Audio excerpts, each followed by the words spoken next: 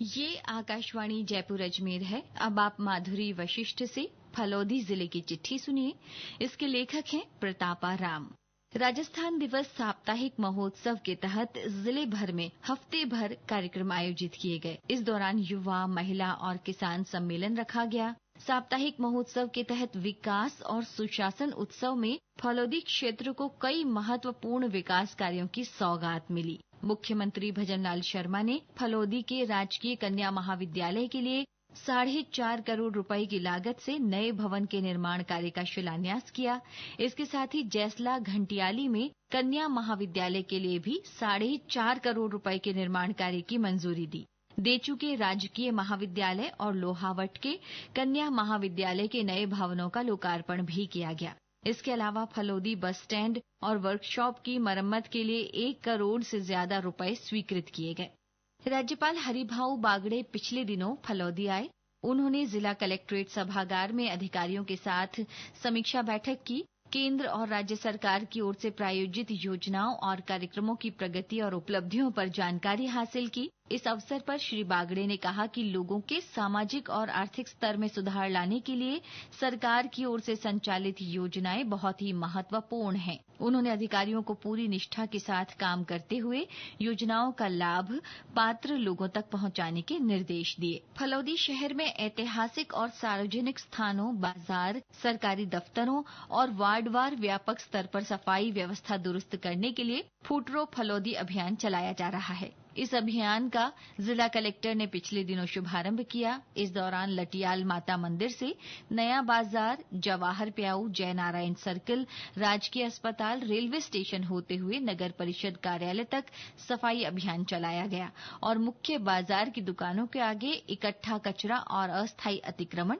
हटवाए गए। जिला पर्यटन विकास समिति की ओर से बीते दिनों कुर्जा महोत्सव मनाया गया। महोत्सव के तहत खींचन गांव और फलोदी दुर्ग में विभिन्न गतिविधियों का आयोजन किया गया।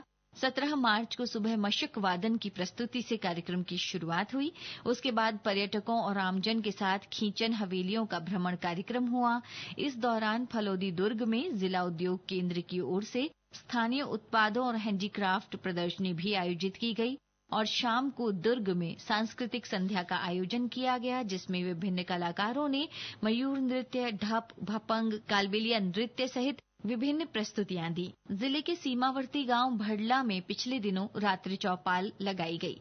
चौपाल में प्रभारी सचिव मेघराज सिंह रत्नू और जिला कलेक्टर HL अटल ने ग्रामीणों की समस्याओं को सुना और संबंधित अधिकारियों को ग्रामीणों की समस्याओं के शीघ्र निस्तारण के निर्देश दिए। जिला कलेक्टर ने पंचायत समिति सभागार में जनसुनवाई की और लोगों की परिवेदनाएं सुनी। उन्होंने अधिकारियों को प्राथमिकता से सभी प्रकरणों का निस्तारण सुनिश्चित करने को कहा। इस जनसुनवाई में बिजली, पानी, फसल नीलामी, सफाई व्यवस्था, अतिक्रमण, स्वीकृत सड़क कार्य सुचारू करवाने के साथ सड़क निर्माण, जर्जर पाइपलाइन दुरुस्त करवाने से संबंधित परिवाद मिले। जिला कलेक्टर ने बीते दिनों जिला स्वास्थ्य समिति की बैठक भी ली। जिला कलेक्टर ने चिकित्सा और स्वास्थ्य विभाग की बजट घोषणाओं, योजनाओं, मौसमी बीमारियों, OPD, IPD सहित अन्य कामों में लगातार प्रगति लाने के निर्देश दिए। जिला कलेक्टर ने जिले को TB मुक्त बनाने के लिए शिविर लगाकर स्वास्थ्य परीक्षण के भी निर्देश दिए। जिले में पहली बार पिछले दिनों रीट परीक्षा का आयोजन हुआ।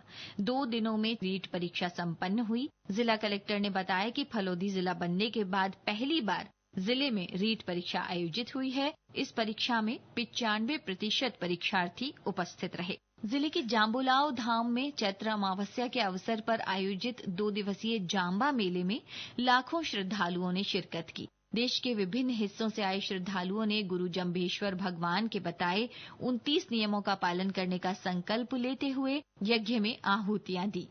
जिले भर में पिछले दिनों होली और धुलंडी का पर्व श्रद्धा और उल्लास के साथ मनाया गया। चैत्र नवरात्रों के दौरान प्रसिद्ध लटियाल माता मंदिर में पूजा अर्चना कर लोग खुशहाली की कामना कर रहे हैं। ईद उल फितर के मौके पर जिले भर में ईदगाहों में रोजेदारों ने नमाज अदा की और एक दूसरे को ईद की बधाइयां दी।